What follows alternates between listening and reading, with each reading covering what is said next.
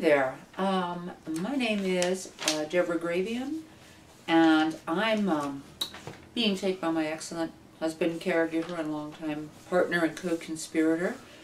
This has to do with the Healthline documentary on living with multiple sclerosis, real people. I definitely qualify as that. I'm going to be sitting here having a nice conversation with myself, looking at the list of questions that require some answering. So, my age. I turned 60 last summer, against all odds. And my profession?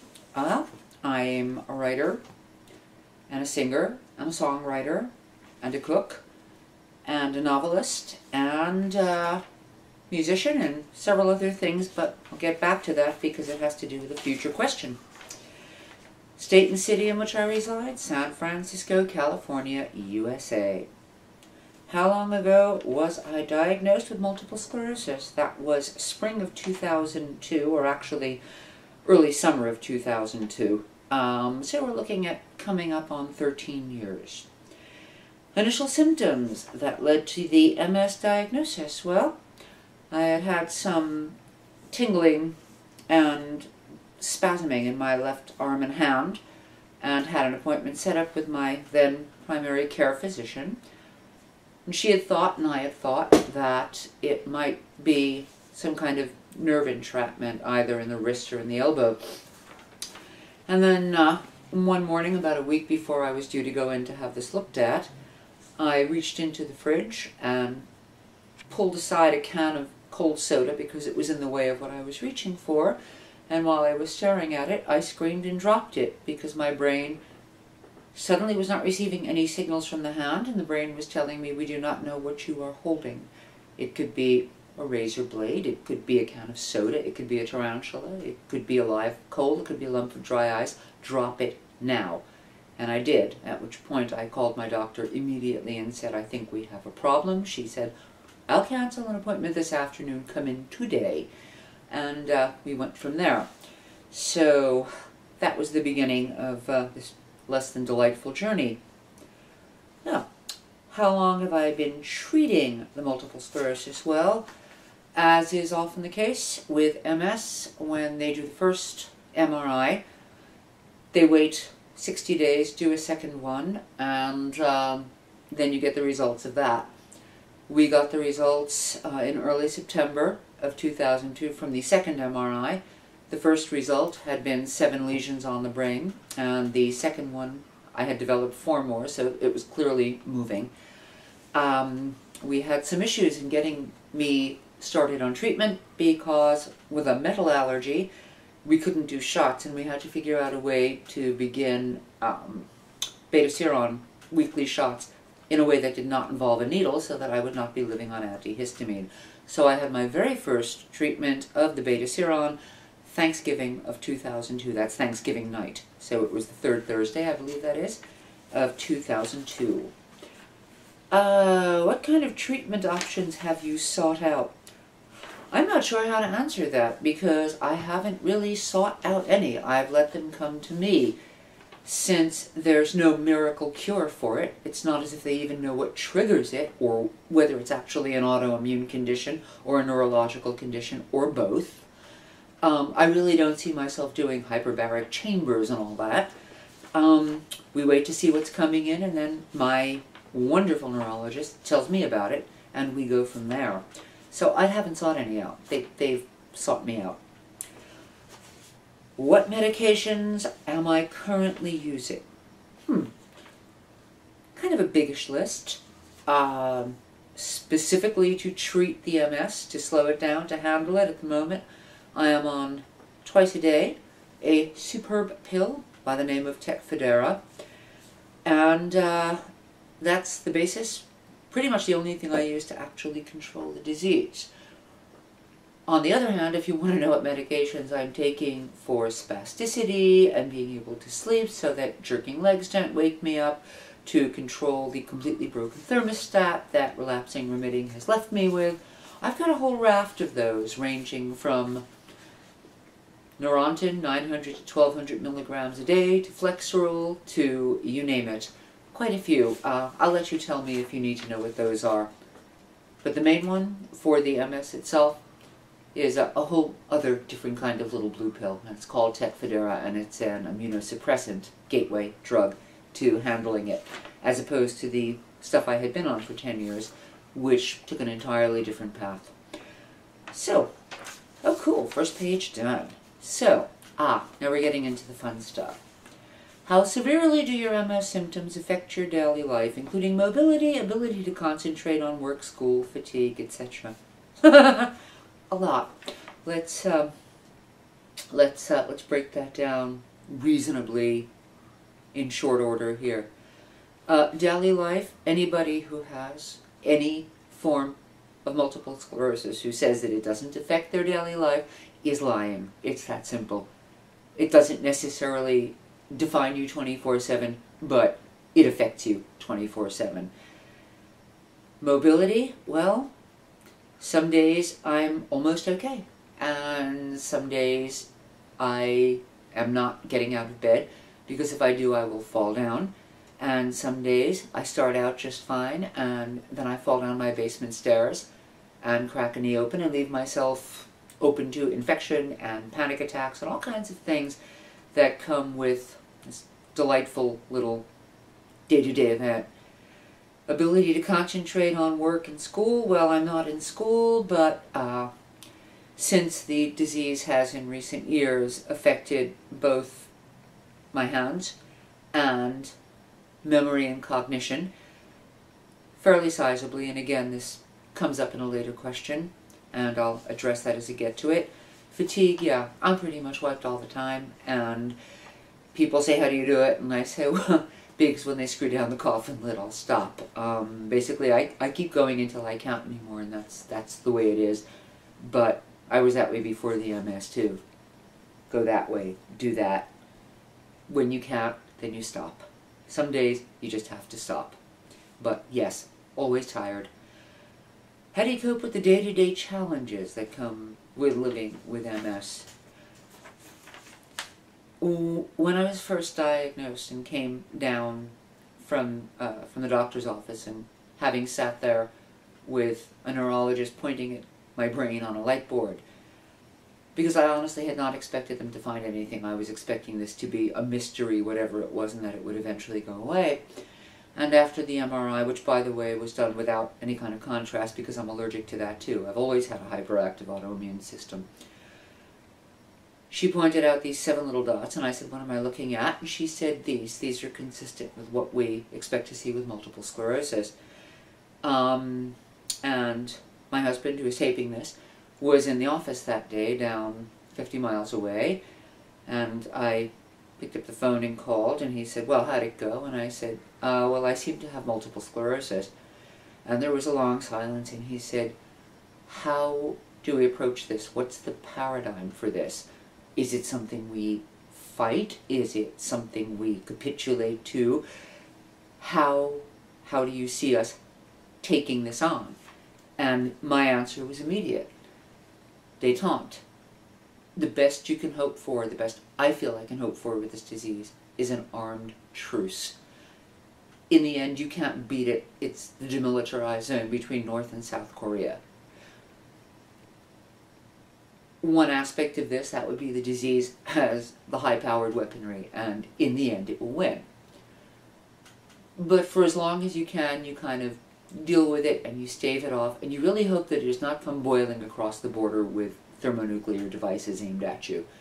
It's an armed truce, day by day by day. It's a kind of détente. And that's been the way we've approached it, trying to charge into battle like Joan of Arc, going, I will defeat you! No, you won't. And you're not going to, and you're not going to help yourself by thinking that you are going to defeat it. If it does get defeated, it's because somebody is going to come up with a way of fixing it in your lifetime. But your body is not going to simply turn it off on its own. It doesn't work that way. Not that I've ever seen. So, détente and armed truce, and understanding that on the days when it's calling the shots and waving the nukes at me, I back off. I back down. I'm sensible. I'm not an idiot when the legs are getting shaky, when the hands start to really hurt, when it's basically, look, I have to go be out of functioning now. I'm not functioning. The body is shutting down. If I don't let it have its way today, I'm going to be useless for 3-4 days in a row. If I don't pay attention to that, then I'm hosed. And since I do not desire to be hosed, see earlier comment about stopping when I run out of gas and when I can no longer go, I listen to it.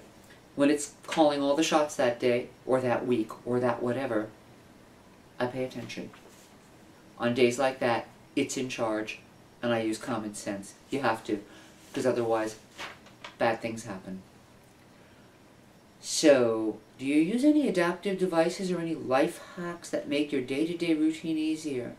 No, I don't, actually. I can't think of a single thing that I do. I don't use little shortcuts or anything else. The only thing, what I do is I listen to my body and I listen to what it's saying. I don't know if that qualifies as a life hack.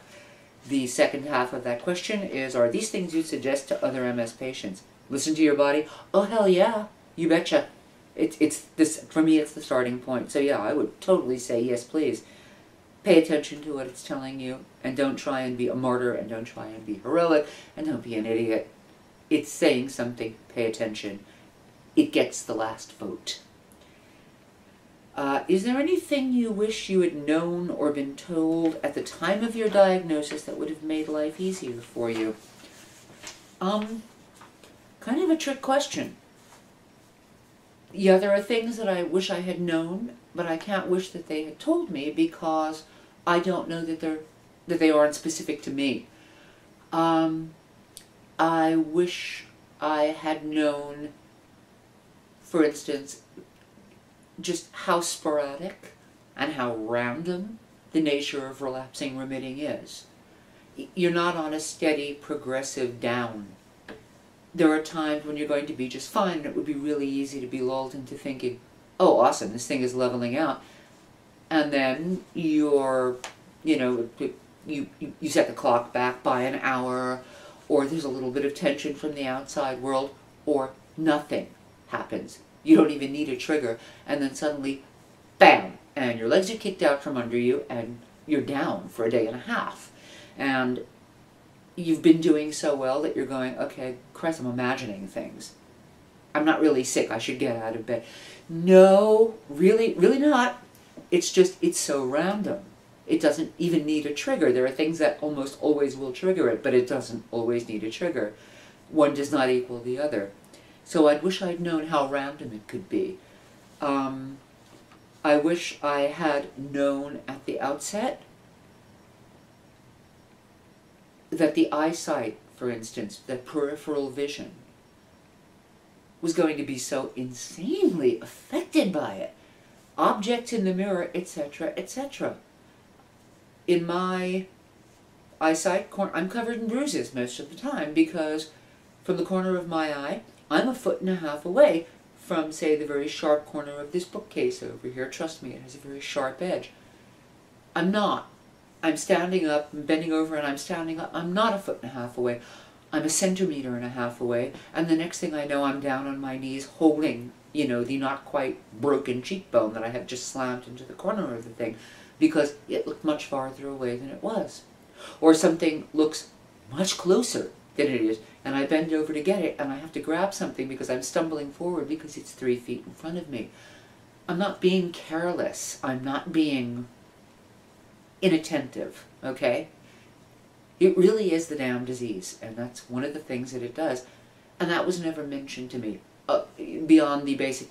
Well, you might find that certain changes in your eyesight, that doesn't begin to touch the day-to-day, okay, I really have to step back and look and see what I'm doing so that I don't turn my head and literally knock myself unconscious because something that looks 2 feet away is 2 inches away. And it's harder than my skull is. I wish I had known about panic attacks, which I've never had in my life. Never suffered from them ever. I'm just not your panic attack kind of human being. And starting just a couple of years ago, about 11 years into this disease, I had not a relapse but an exacerbation, new damage, obviously, where I fell down my basement stairs because my right side was just basically had disappeared. It wasn't there. I fell and I could not make the right side of my body work, and I came up 6 basement stairs. I did not have my cell phone with me because why would I? It had never happened before. Came around the front of the house and came up the front stairs, you know, got indoors and sat down and was just demolished. I mean, completely by a wave of irrational panic. And I know it doesn't sound as if the panic was irrational. It sounds as if I had a good cause for it. But the source was irrational. And I've had waves of it ever since, and I've come to a point where I can recognize it coming on, and I will stop whatever I am doing and deliberately push it away and say, this is not real, this is chemical, this is a result of the disease, there is no reason for you to be panicking. The only time that doesn't work is, for instance, a couple of mornings ago when I woke out of a sound sleep into the middle of a full-blown panic attack. Those suck. Let me just say, they really, really suck. They are no fun at all.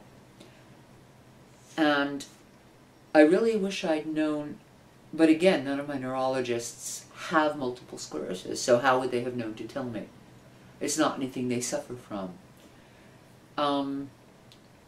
I wish somebody had actually been in a position to say from day one, okay, this arm is the first one to take the damage and it's basically dead. The left arm was the one that dropped the can of Coca-Cola, and it was months before they got this under control. So this arm has taken quite a hit. I'm a guitar player and it's my fretting hand. Now, I can still play guitar.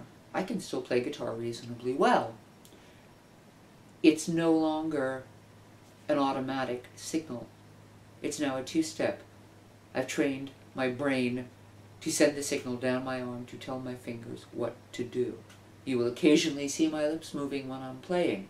Literally, urging the fingers on, telling them how to move and what to do. I hadn't known about that.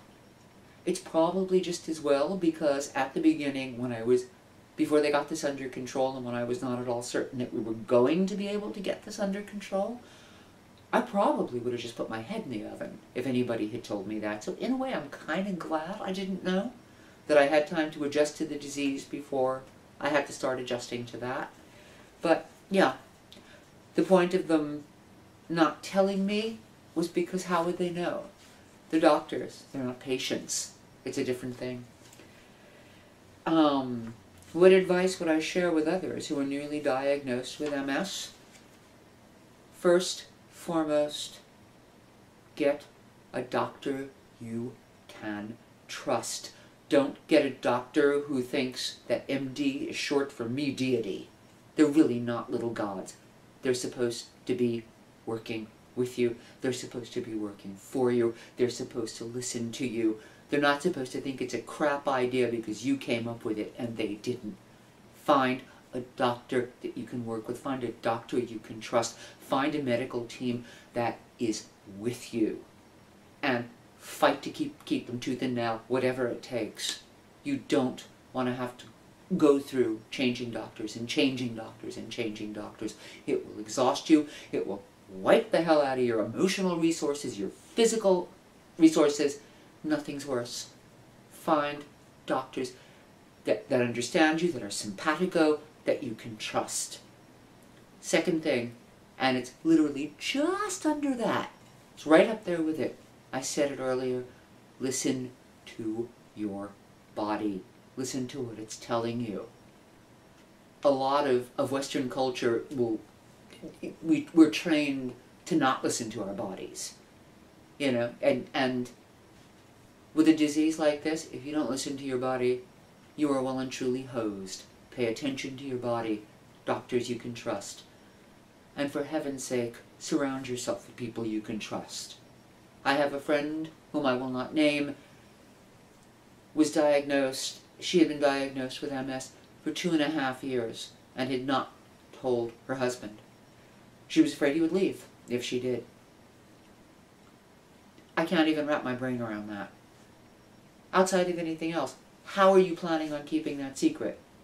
How are you planning on a debilitating disease, on hiding it from the person that you live with and sleep with and are supposed to trust? Just really? If you can't trust the people around you, then find people around you that you can trust. So those would be my 3 pieces of advice. And be sensible. Be sensible about it. Listen to what the disease is telling you as well as what your body is telling you. How has living with multiple sclerosis affected you both physically and emotionally? Please be as open and honest as you can. Guys, I can't be anything other than open and honest about it because I don't know any other way. It sucks. It completely sucks. How has it affected me emotionally? Well, I've had 13 years to get used to it, and on the days when I'm just a complete physical wreck, and I have to say, you know what? No, I'm not doing any cooking today. I'm not doing any guitar playing today. I'm certainly not singing today. I'm not doing any writing today. I can barely get the 2 sides of my brain to communicate because the corpus callosum is turning itself off and is telling me, just shut up and go lie down, and with any luck at all, this will have eased up by the time it's done with, and if you're not lucky, it won't have. It sucks. I'm not going to lie about it and say, oh, it's cool. No, it's fine, it's cool. No, it's not cool. It just sucks, and there are times where I would really like to just kick the crap out of the entire universe for saddling me or anybody with this. You know, in a way, I'm not sure, you know, I'm certainly not asking for cancer, but it's a drug with a possible cure and a 50-50 shot that you will come out of it alive. In this one, there's nothing. They can slow it down. That's what they can do. You know, and you start feeling it's not genetic, it's not inherited, it's not something that you get from mom or dad or Uncle George or great-grandmother Susie or whatever. It's a random dart from the universe. I don't like being a dartboard. Who the hell would? I will, you know, I don't.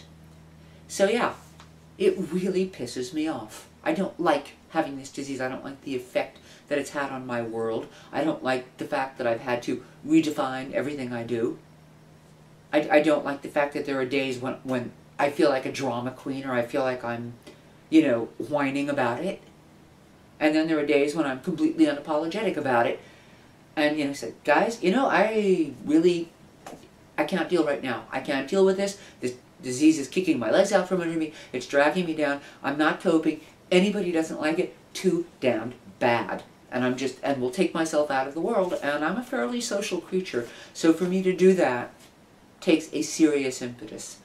And you know what? I'm probably a hell of a lot more fortunate than most in that I'm very lucky in the people that I'm surrounded by. Because they all get it and they all rock. You know? Best thing in the world that I have are the people that I surround myself with. They make this if not really livable, they make it doable. And that's what you need. And hopefully that's emotionally honest and open enough for everybody. Do you do anything, blogging, participate in social events, raise money and awareness, etc., to help empower yourself and others who have MS? If so, what do you do? Well, since I was diagnosed in 2002, I should mention that I'm a writer, going back to, I have 18 published novels, 2 anthologies of short fiction that I edited. I'm a music writer. I have various outlets for language. Since 2002, when I was diagnosed, besides the fact that I occasionally get the, why do you blog so much about personal stuff? Because I get the occasional back channel email going, thank you, I was afraid to tell my husband of 2.5 years and now I'm not. And that makes anything I say worth it. I'm not afraid to be out in the open about it. I don't hide the disease. I've never hidden the disease. I talk about it. I've done fundraising events for it back in the day. But a little closer to home and a little closer to my heart is that of those 18 published novels, there's those. We'll count 8 of them. Those are the J.P. Kincaid Chronicles. And I wrote the first one of these in spring of 2005. My narrator is a guitar player, as I am, and he's on the level of, say, a Keith Richards or a Ron Wood, the Rolling Stones. And he is in year 8 or 9 when the series starts of a relapsing remitting multiple sclerosis diagnosis, and he's telling the story. And when I write about J.P. Kincaid waking up at 3 o'clock in the morning, unable to feel his hands, and realizing that if this continues to progress, he's done as a musician, I'm not pulling it out of the air. What I write, I live. They are critically acclaimed, you know, with reviews from Up, Down, and Central, and they are where I live. So, yeah, I blog, yeah, I do fundraising, but more than that,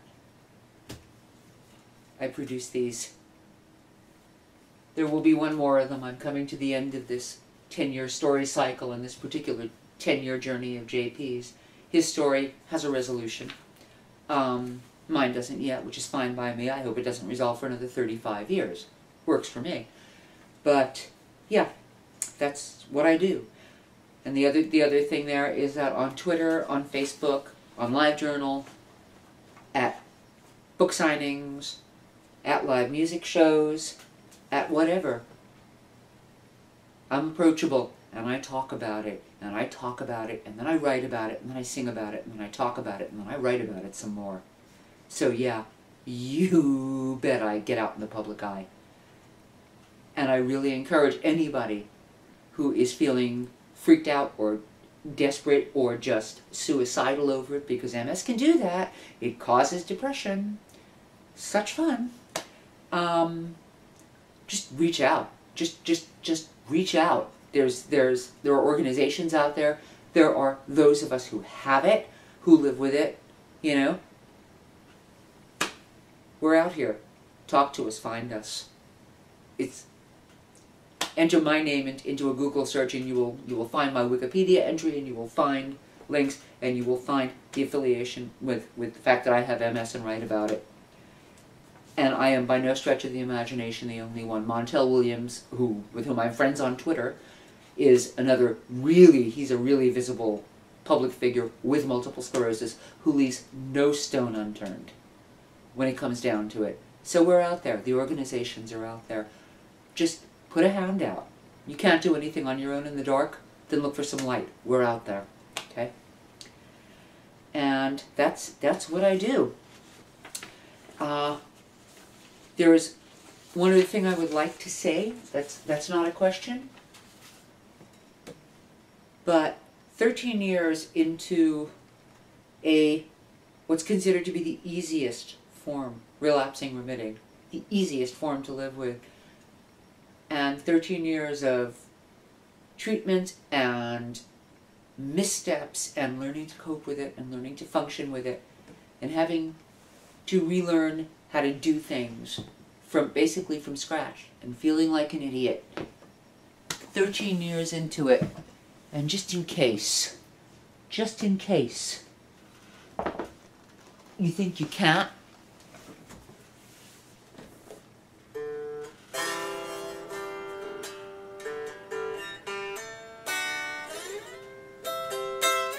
the hell you can't. Don't give up. You can always get it done. And that's all, folks. Hope this helps. Actually, I want to do kind of an extras chunk. Three things to cover that I think would be useful on this. Okay. The first one's a little one. Rolling? We're still rolling, yeah. Hi there. You have other things going on, specifically arthritis. Yes, I do. Allergies, and so on. As the person who lives with you, I notice that quite often you'll get a flare-up of a symptom. And quite often there's an uncertainty as to, is this an MS twinge? Is this an arthritis twinge? Is this an allergic reaction? Why is my temperature thermostat off? How do you handle that, and how do you resolve the uncertainty that when those things happen? Well, it's a really good question. The allergies come with a hyperactive autoimmune system. I had them long before I had the MS, and most people who suffer from hyperimmune situations, people with lupus, people with Parkinson's, ALS, you get Crohn's, new allergies every year. It just sets you up, knocks you down. Your system goes on the attack, it doesn't recognize something. And the thing is that you don't resolve it. At least I don't, because suppose it's an arthritis flare-up. I'm in physical therapy right now because I have a massively messed up right knee, and the arthritis is playing havoc with it. Suppose it's an arthritis flare-up, nothing to do with the MS. It's going to trigger the MS, is what it's going. I've got a 75 to 80% chance of what's going on in the knee because my body, autoimmune system, is looking at the arthritis. It will trigger the hyperactive autoimmune system, which will go on the attack, which will trigger an MS relapse. So when this flares up, there's a really good chance that it's going to, trigger the little white lesions on the brain and the depleted myelin thing. If I have an allergic reaction to something, and this is going to sound very strange, luckily, most of my allergic reactions, you can't mistake them because they're 30 seconds coma death. Anaphylaxis, hard to miss, okay? So on that one, if that happens, if I accidentally bite into something with almonds in it, or, I get stung by a bee, I'm not worried about the arthritis or the MS. I'm busy. Somebody please jab me with my EpiPen, without which I do not leave the house. But yeah, I'm going to offer a pimp here for a site called ButYouDon'tLookSick.com. And if you haven't read Christine Miserandino's Spoon Theory, go read it. The name of the site, this is how you handle, in the end, she's basically, you have a given number of spoons. She has severe lupus. You have a given number of spoons that you have allotted for the day, and if you use them all up by noon, that's it for the rest of the day. Climb into bed. You're doing nothing else. Your energy is gone. Your physical health is gone. You're in pain, and that's it. The point is that I don't have a set of spoons for MS and a set of spoons for allergic reactions and a set of spoons for arthritis. I have a set of spoons. So when they're done for the day, I'm done for the day. So that's how I have to manage that. I avoid allergens. That's the easiest part of the thing.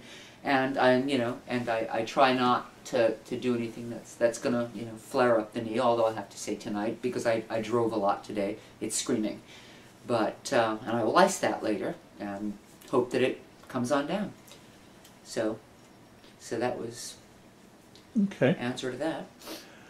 The second one, you're a cancer survivor. Yeah. Now, you mentioned early on about the paradigm of dealing with MS, as this is not something you can fight. This is not something where you can get with your medical team and map out a course of treatment that in the end will result in you not having cancer anymore. Exactly. Or not having MS anymore. Yeah. But with cancer, it is different. Yeah. And I see very often a similar mindset in the public or in people who have one or the other, or lupus, or another major life debilitating disease, where there is a common thread and a sense that you, as the patient, you react to all of them the same. as someone who is a cancer survivor and who went through that as a fight, and as someone who has MS now and who is going through it as an armed truce, how are the differences? How can Massively. people, how should people think about MS differently from the way they would think about it if they had cancer? Cancer, it's okay. It's a really good question, but from where I'm sitting, okay, I had a stage 1 about to jump to an aggressive stage 3 cervical cancer in 1997. And it didn't happen because in fact I was listening to my body. I mean, I went in for an annual pap test and it came back totally normal, and I woke up that night in a cold sweat with just alarm bells going off throughout my entire body. And I called my doctor the next day and I said, you need to look again. And she said, why? I got your results. And I said, something's wrong. She said, what are your symptoms? I said, none. Just, I'm telling you, something is not right. Look again. And she said, okay, well, come back in. And that afternoon I went back in and she looked and she went, whoa, where did that come from? Literally, I think it was the next day, they had me in for cryosurgery. It did not work. Within a week, I was with the oncologist being scheduled. That is how hard and how fast they were on it. It was bam, bam, bam. I didn't even have time to be scared.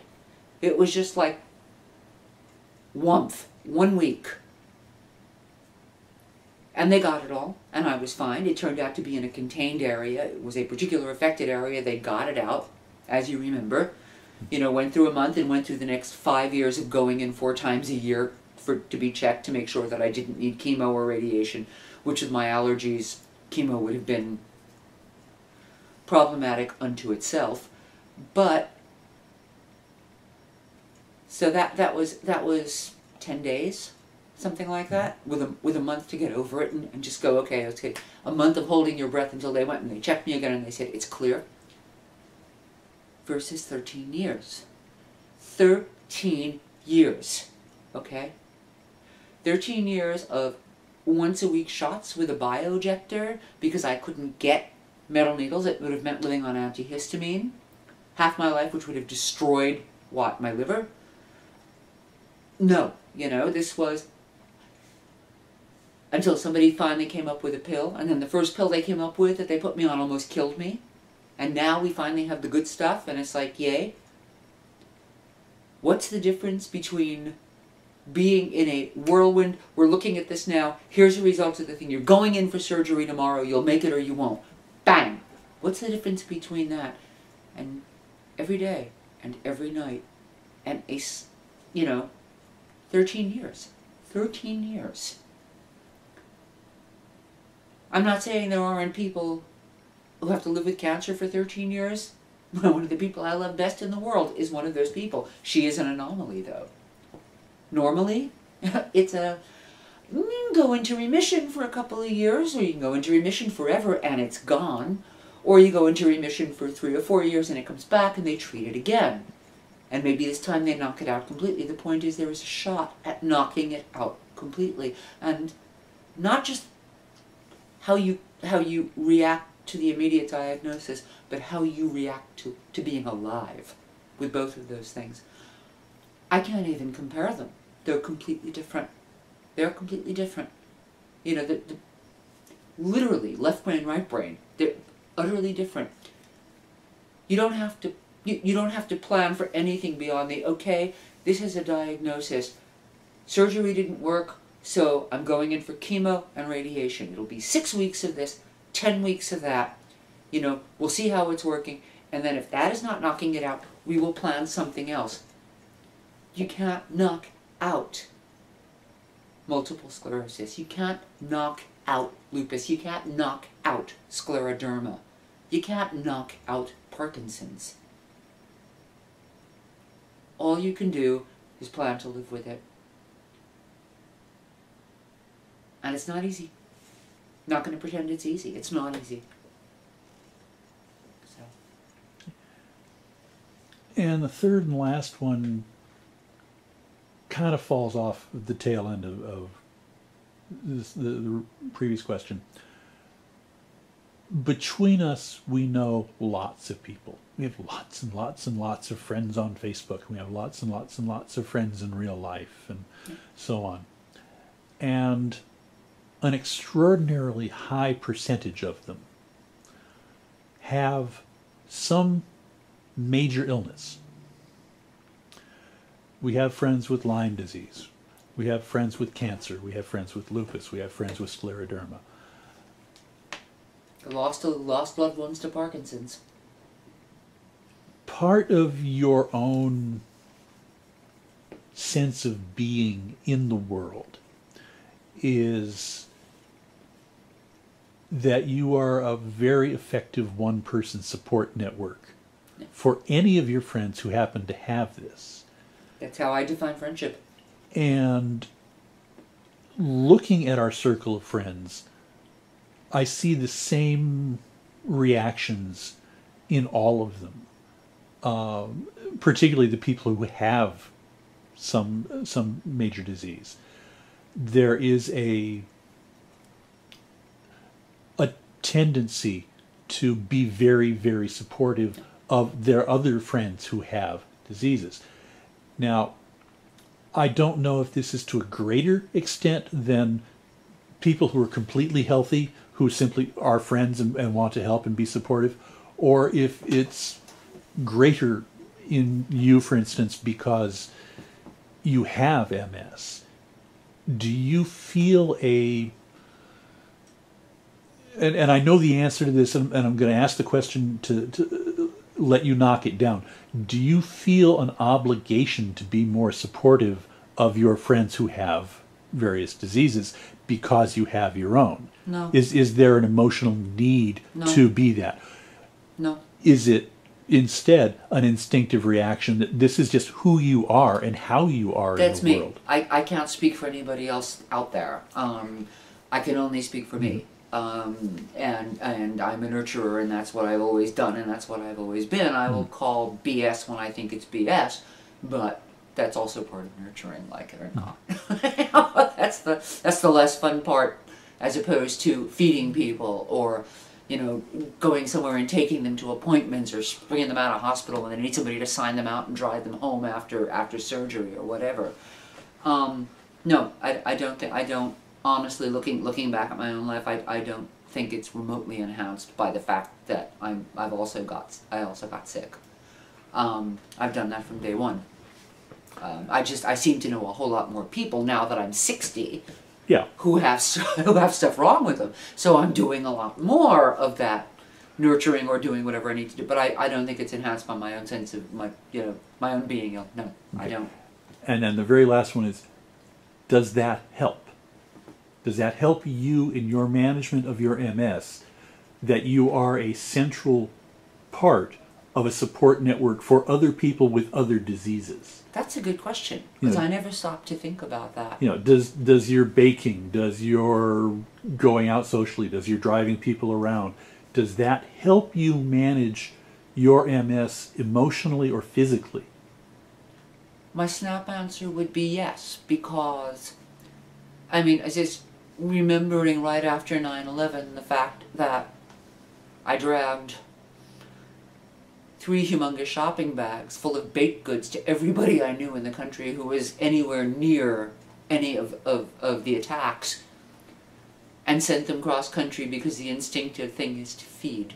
And the instinctive thing is to somehow feed, whether it's food, or whether it's support, or whether it's a kick in the butt, or whatever it is. That's all part of nurturing, and the need to do that as being part of a there were many of us who were doing that, who were cooking for each other and feeding for each other. So yeah, I think actually that's a really good question, and it's not one that I ever stopped to consider. But yeah, it's a very good question, and yes, I would say that the answer to that would be yes, it does. Yeah, because I don't think we are atypical in that a large number of our friends have some medical issues.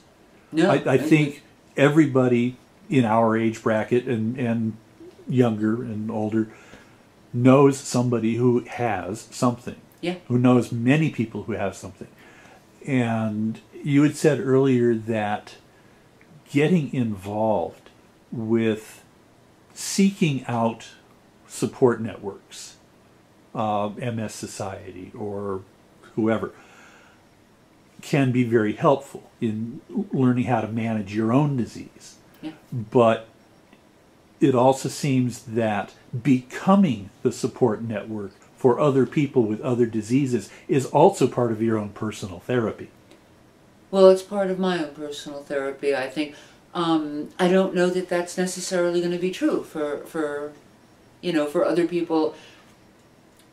And that's not a judgment thing. Everybody is made differently, and not everybody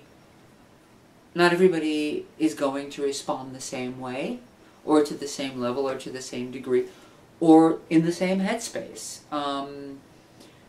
If you can try being at the center of a support for somebody else who is panic-stricken, who has just been diagnosed, who's thinking, oh crap, my life is over.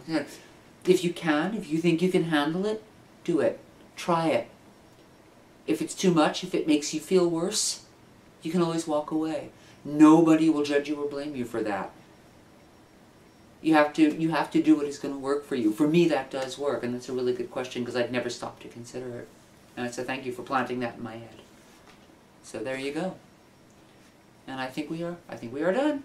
And hopefully that gives anybody watching this the information you need. Thank you and good night.